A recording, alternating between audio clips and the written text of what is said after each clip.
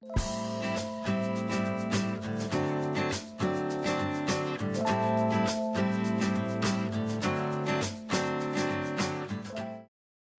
passo para a engenheira Bernadette Radin, que vai falar do caso, da experiência da nossa Fundação de Pesquisa em Agropecuária.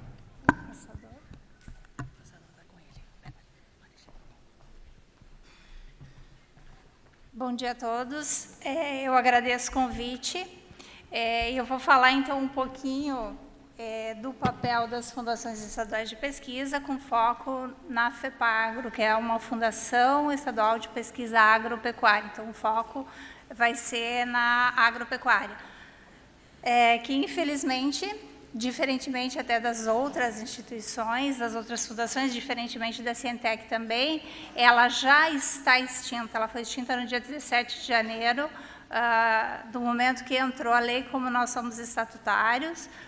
Ela foi extinta junto com a Fundação de Tradições Gaúchas. De qualquer forma, a gente vai apresentar o trabalho que nós fizemos ao longo desses 98 anos, que é o tempo, então, que tem a nossa instituição. Nós trabalhamos, então, com a parte agropecuária. O Brasil é um dos maiores produtores de alimentos do mundo, e ele é considerado protagonista na garantia da segurança alimentar. Nos últimos 35 anos, a agricultura brasileira cresceu em 335%. E, ao contrário do que muita gente pensa, nós temos conseguido aliar a preservação ambiental ao crescimento produtivo. Nós estamos com uma produção verticalizada, ou seja, nós estamos produzindo mais em áreas menores. Hoje, somente 8% do território nacional é que é ocupado com agricultura.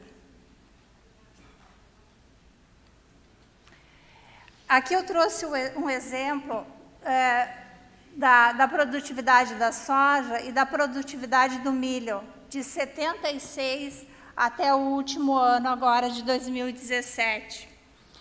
Vocês observam que há uma tendência de aumento, tanto da soja quanto do milho. Do milho é ainda mais expressiva. Olhem aqui, a linha em vermelho é o Rio Grande do Sul e a linha em laranja é o Brasil. No Rio Grande do Sul, esse crescimento foi de mais de 400% em termos de produtividade. Produtividade são quilogramas por hectare. Então, aqui na década de 70, a produtividade do milho aqui no estado, até no Brasil também, a média era em torno de 1.500 quilos por hectare. Hoje, fica em torno de 5.000 quilos por hectare. No Rio Grande do Sul, na última safra, que foi uma produtividade recorde, nós chegamos a mais de 7.000 quilos por hectare. Então, a gente está conseguindo produzir mais em menos áreas.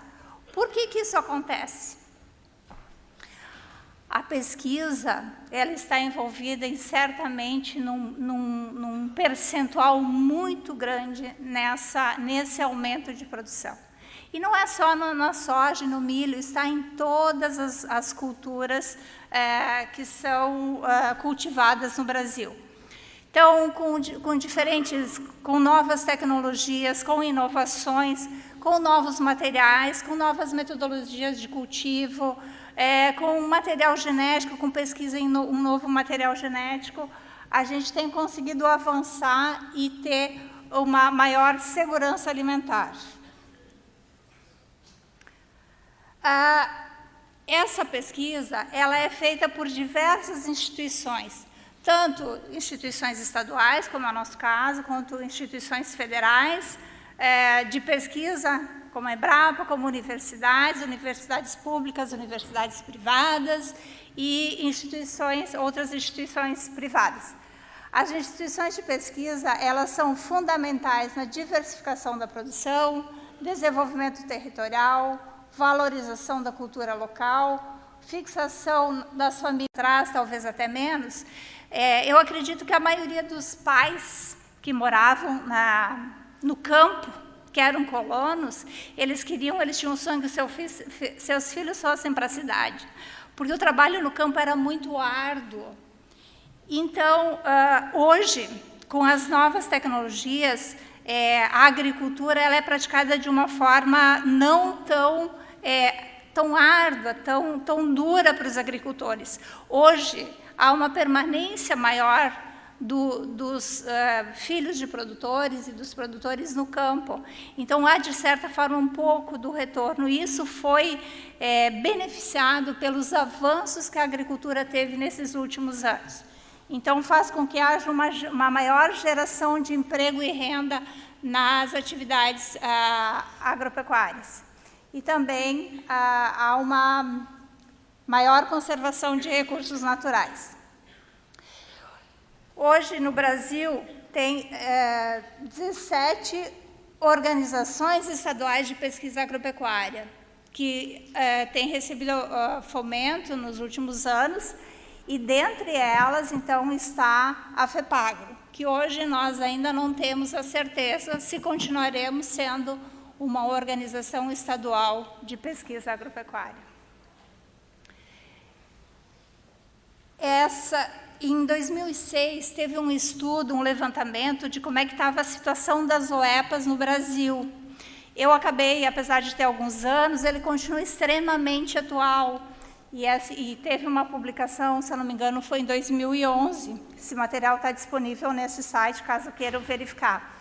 Onde os que fizeram o levantamento constataram que a pesquisa estadual encontrava-se institucionalmente muito debilitada. Não é só Rio Grande do Sul.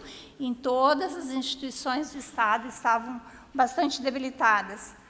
E, ao mesmo tempo, que tinha um quadro pouco aproveitado de pessoas com boa titularidade. E eu trouxe aqui quais os pontos críticos que foram apontados, porque eu acho que são muito pertinentes e muito similares aos nossos aqui. Então, essas OEPAs, quando eu falo EPA aqui no Estado, somos nós, FEPAGRO, tá? Estão ligados ao governo local, sujeitos, portanto, à descontinuidade dos seus projetos com as renovações de governo. Alguns projetos estão à mercê de decisões políticas que nem sempre são sensíveis à importância de determinado estudo. As organizações elas sofrem de estruturas hierarquizadas e burocratizadas. Quem trabalha no serviço público sabe o que eu estou falando. As OEPAs, elas nem sempre, nós, FEPAGRO, nem sempre somos chamados a identificar novas oportunidades econômicas e acabamos ficando fora, muitas vezes, de cadeias produtivas de grande importância.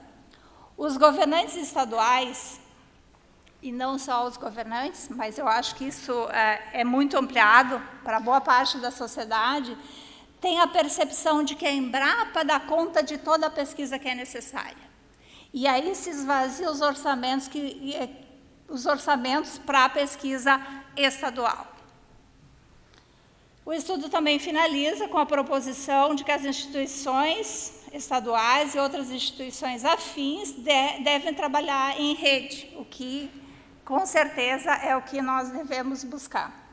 E que, apesar da fragilidade, elas continuam sendo agentes importantes na ação no que se refere ao desenvolvimento agropecuário. A FEPAGRO, hoje como Departamento de Diagnóstico e Pesquisa da Secretaria da Agricultura, nós somos em 90 pesquisadores. E a grande maioria doutores, tem 67. Somos um quadro altamente qualificado. Como eu falei anteriormente, a FEPAGRO ela tem um histórico, ela foi criada em 1919, depois, na década de 40 a 70, foram criados 4 institutos de pesquisa, e em 94 houve a unificação desses institutos e fomos transformados, então houve a transformação para a Fundação Estadual de Pesquisa Agropecuária, FEPAGRO, e a mesma então foi extinta agora em janeiro de 2017.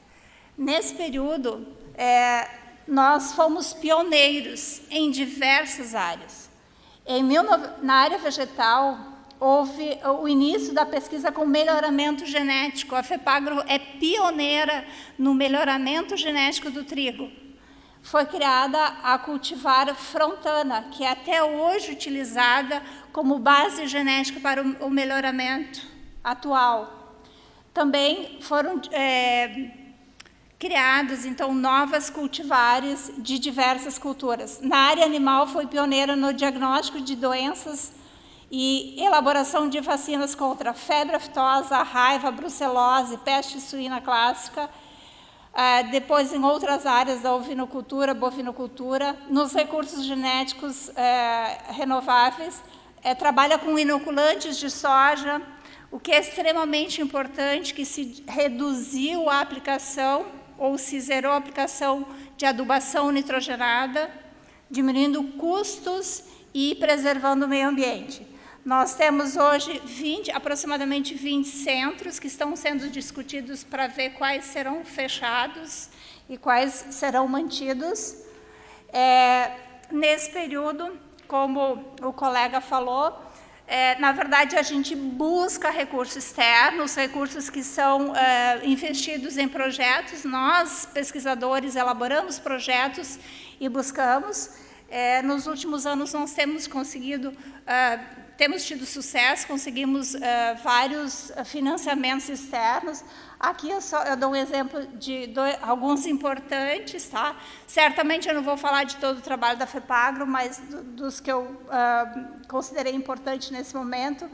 2011 e 2012, nós tivemos a aprovação de 2 projetos na FINEP, em que se trabalhou com sementes convencionais de diferentes culturas para a utilização no melhoramento genético.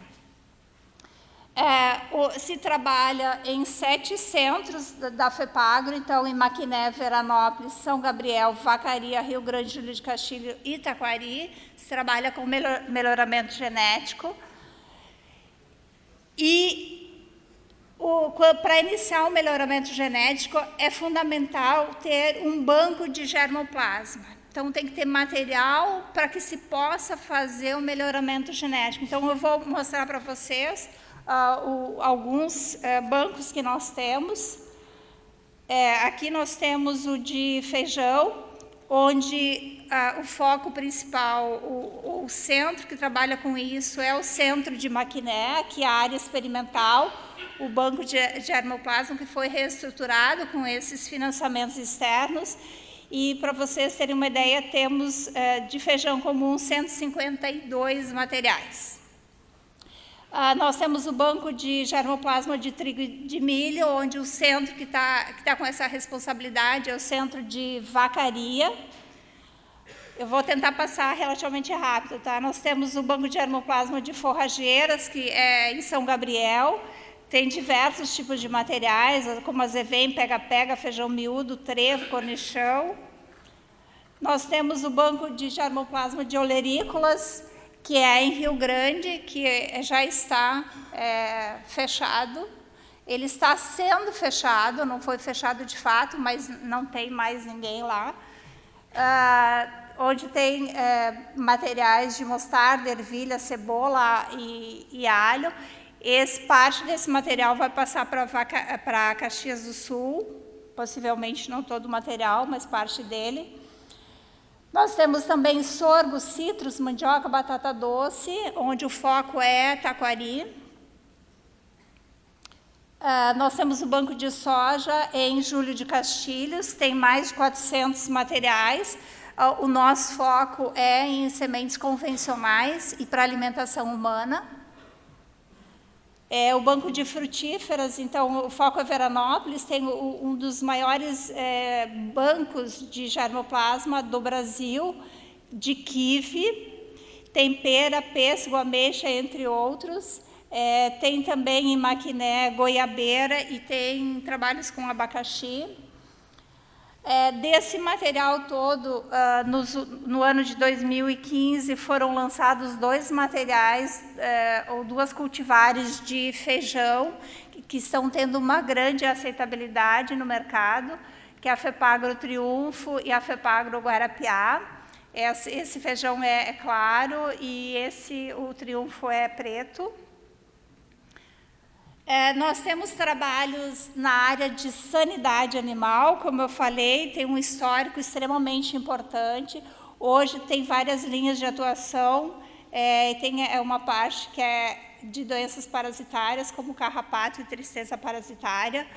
Em 2014, nós aprovamos um curso de mestrado em saúde animal, que está em andamento ainda, também está incerto, a gente não sabe se vai ter continuidade ou não.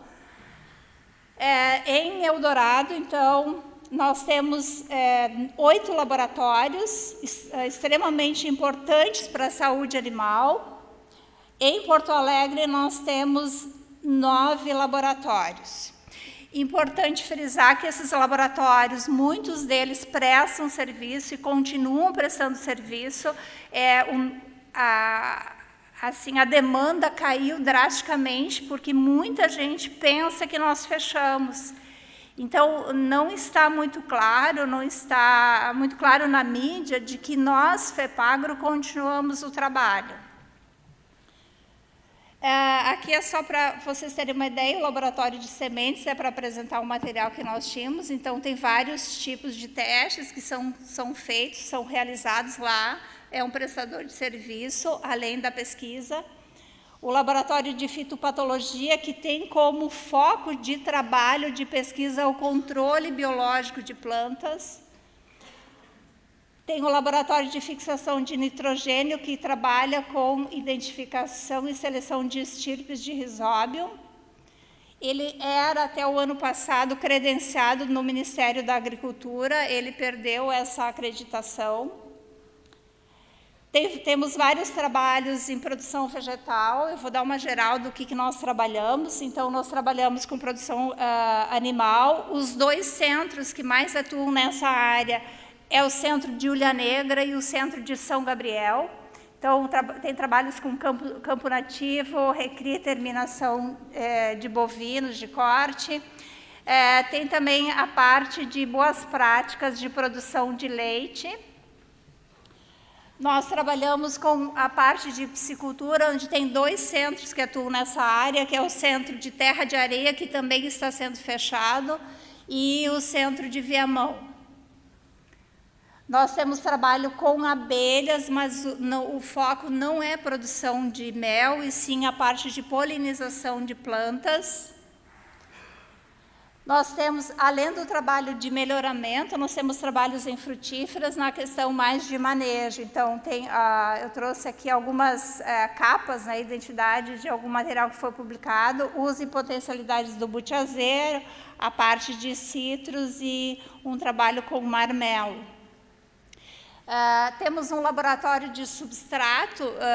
O substrato é aquele produto que é utilizado para a produção de mudas, onde se busca utilizar resíduos que são um lixo e transformar ele em um produto nobre, ou seja, um produto que seja utilizado e que possa ter também algum retorno econômico. Aqui eu cito alguns projetos também que nós tivemos. Tivemos financiamento externo, aqui no caso de agroenergia da FAPERGS, que foi um trabalho extremamente importante, com cana-de-açúcar, mamona, canola, girassol e mandioca. E, infelizmente, como eu citei o problema das UEPAs, há alguns trabalhos que foram descontinuados.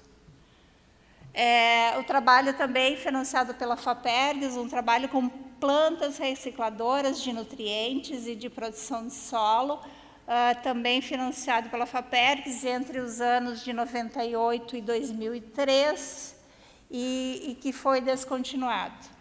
Nós temos trabalho em agrometeorologia, é a minha área, então até vou falar um pouquinho mais. Desde 53, nós tivemos a instalação da primeira estação meteorológica em Rio Grande. Depois foram sendo instaladas outras, foram sendo fechadas, e agora estamos modernizando essas estações. Então, aqui é uma estação daquelas convencionais, e essa estação aqui nós instalamos na última semana do mês de maio agora, é um projeto que eu vou falar daqui a pouco. Então, ela é nova, de 2017. Nós temos, então, desses dados de temperatura, de umidade, que foram coletados, nós temos um banco de dados meteorológicos, que é um patrimônio, assim, não dá para dizer o valor dele, porque ele é muito valioso.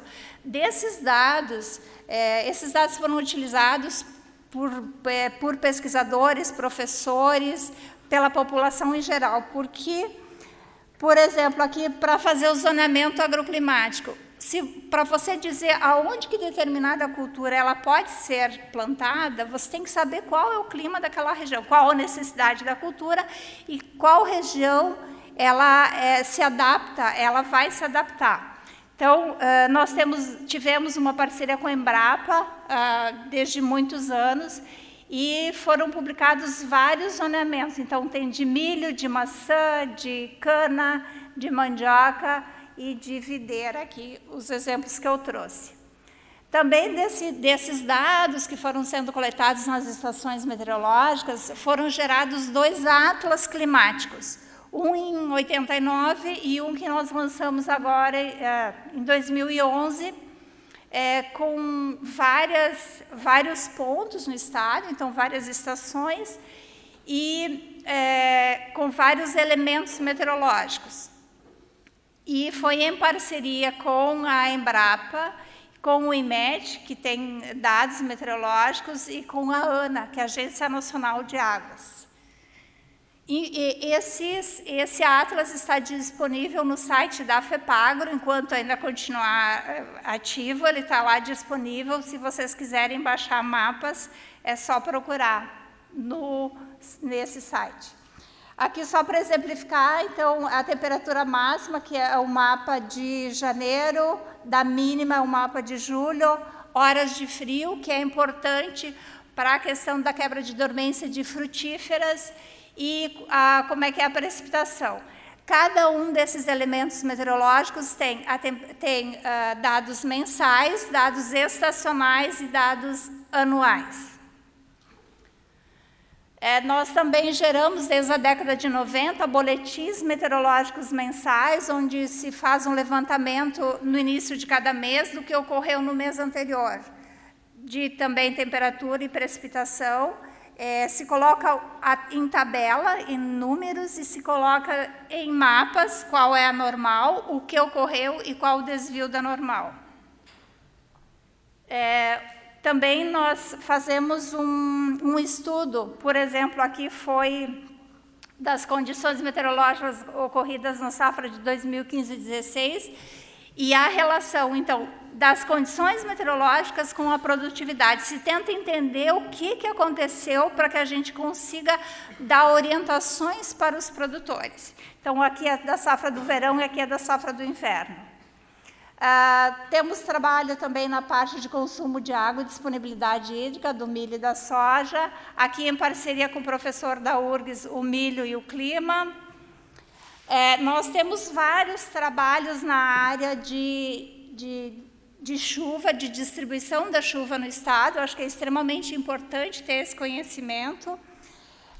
Esse é um trabalho que nós encaminhamos para o Congresso, está aprovado e já foi recomendado para uma revista, então vai ser publicado nesse ano, que é a distribuição da chuva estacional em diferentes regiões do estado. Nós tivemos trabalhos com cultivos protegidos, com financiamento FAPERGS e CNPq.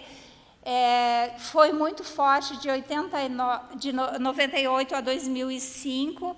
Depois, infelizmente, também por falta de pessoal de campo, a parte desse serviço, onde nós tínhamos, que era em Eldorado do Sul, as estufas foram fechadas e o nosso trabalho foi descontinuado.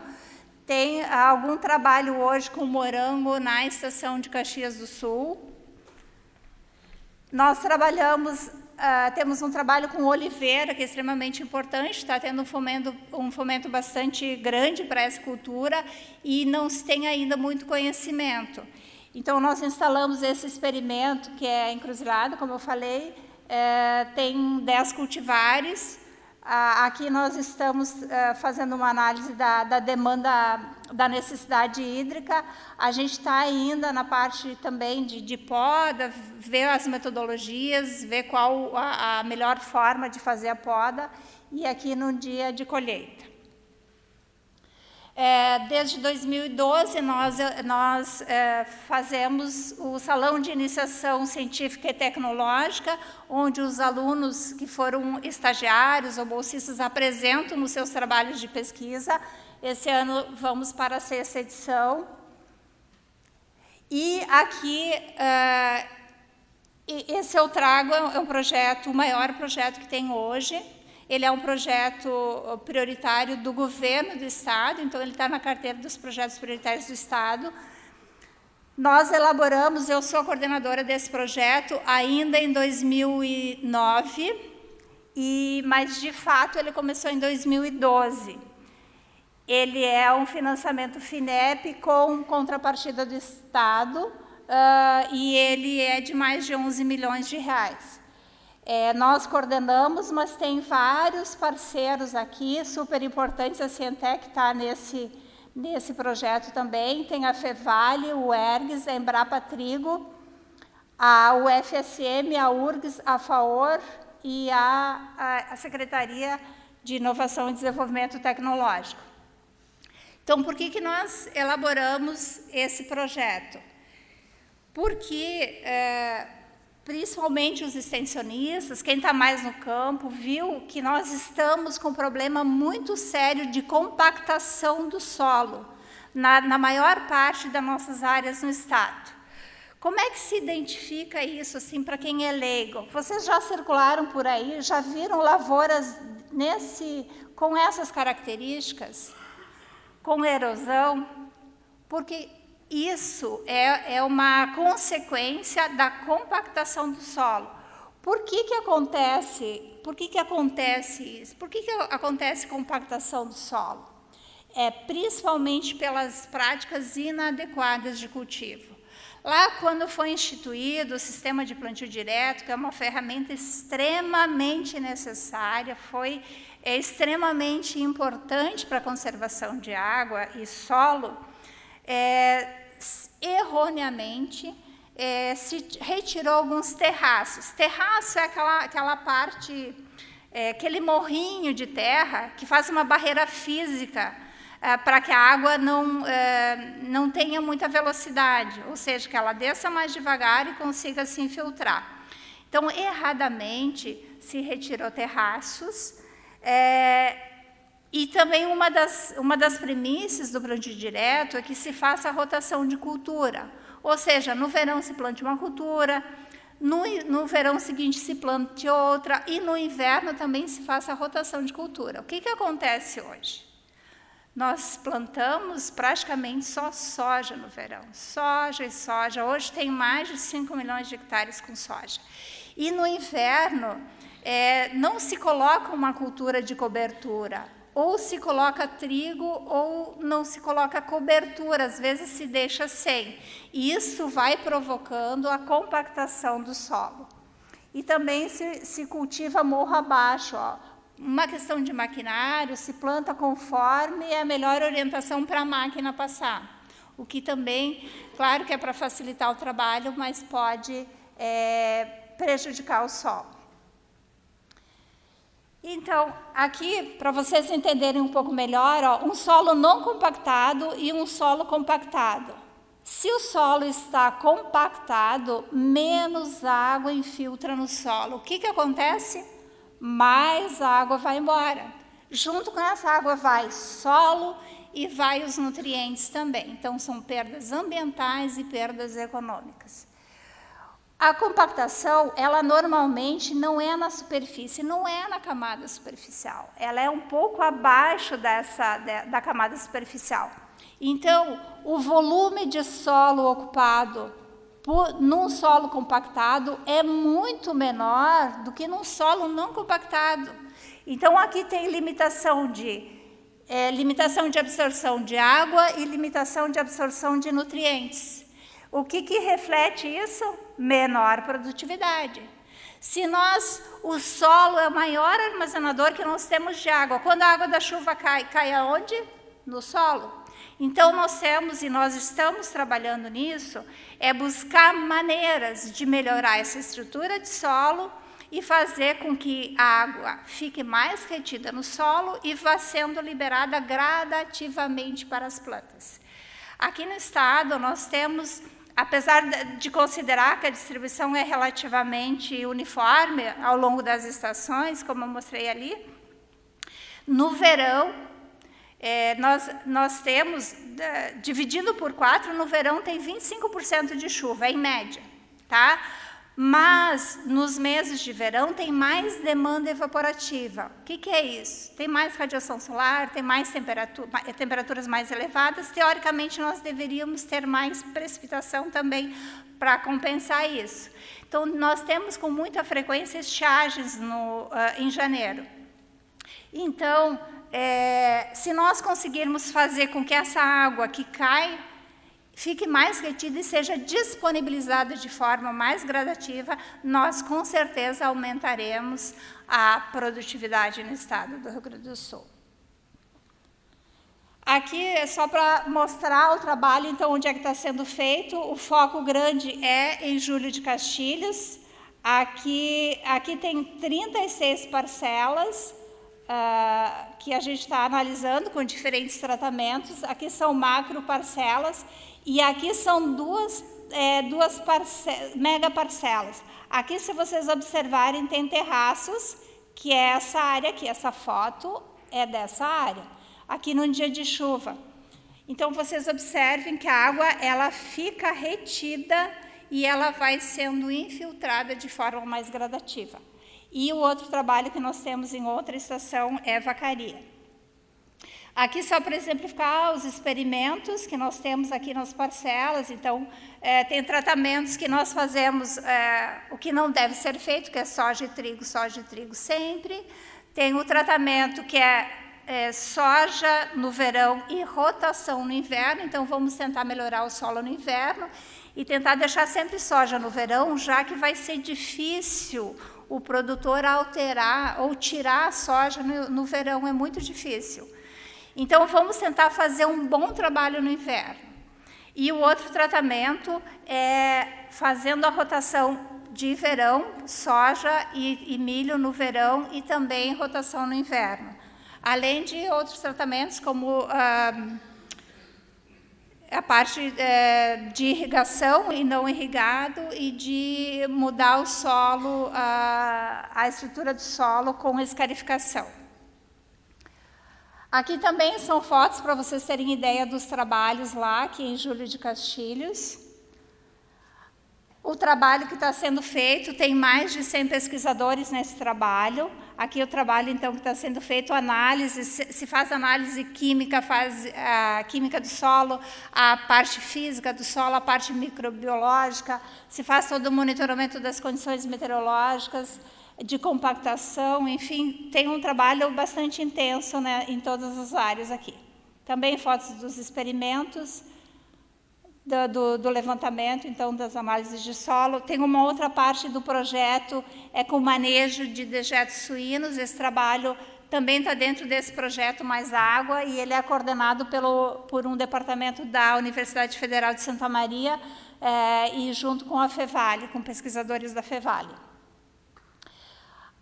Nesse trabalho, então, nesse projeto também, nós compramos, são 20 estações, iremos instalar 18 estações meteorológicas. Essa aqui foi instalada agora em final de maio, e nós temos todos esses sensores, então, precipitação, umidade do ar e do solo, temperatura do ar e do solo, pressão atmosférica, duração e velocidade do vento. Esse aqui é o sensor de velocidade aqui de direção do vento, radiação solar global e radiação fotossinteticamente ativa. Como nós somos voltados à agropecuária, nós compramos sensores mais específicos para a agricultura. E também temos um sensor de molhamento foliar, que eu acho que em rede não deve ter nenhuma rede que eu tenha conhecimento que tem a questão do molhamento foliar, que é extremamente importante para as doenças, para detectar as doenças fúngicas. Aqui alguns trabalhos, rapidamente colocando, que já no segundo ano que nós fizemos o levantamento da umidade do solo, o tratamento que nós consideramos o ideal foi diferente em questão da umidade do solo, estatisticamente, do outro tratamento. Então, é um dado extremamente importante. Essa foto eu acho ela fantástica. Aquelas duas parcelas que eu mostrei para vocês, uma com terraço e uma sem terraço, elas são em declividade, e na parte baixa tem uma parte que se coleta, que tem uma saída da água e se faz essa leitura. O que sai de água? Aqui, no caso, numa bacia sem terraço, aqui é no mesmo evento, no mesmo dia, e aqui uma bacia com terraço. Olhem a quantidade de água e a cor da água. Então, aqui, o solo que está indo embora, e aqui, não. Então, acho fantástica essa foto, muito representativa. Aqui é só para mostrar para vocês que a gente faz como é que a gente faz transferência de tecnologia. Claro que, além dos artigos publicados em periódicos científicos, consideramos importante a divulgação por boletins. Acho que é extremamente importante, acho ainda que a gente deveria fazer mais, voltado para agricultor, numa linguagem mais popular e mais aplicável, então. E também nós fazemos dias de campos, aqui é em Júlio de Castilhos, workshop através de palestras. Aqui é um dia de campo em Júlio de Castilhos. Era um dia muito frio, apesar de ser em dezembro, foi no dia 2 de dezembro, tinha 500 pessoas, e estava muito frio e chovendo. Então, isso é para mostrar o trabalho desse projeto, assim, que está, graças a Deus, está sendo muito bem aceito. Na verdade, o que eu tinha para colocar era isso. Continuamos aí na luta, apesar da nossa extinção, e, obviamente, eu como pesquisadora e os colegas também, a gente não ficou feliz, né? Não está feliz com essa situação, mas a gente está tentando batalhar igual, correr atrás, porque o nosso trabalho continua, a nossa pesquisa continua. Claro que nós vamos ter alguns percalços, alguns problemas maiores, até o Ivan no início citou, no primeiro edital da FAPERGS, que é a fundação que fomenta a pesquisa no Estado, nós não pudemos concorrer, porque eles nos disseram que a Secretaria não é uma instituição de pesquisa. Possivelmente a gente vai reverter isso, a gente está correndo atrás para reverter isso, estamos aguardando alguns novos posicionamentos, enfim, mas, de fato, ficou um pouco mais difícil. Mas estamos à disposição para qualquer questionamento.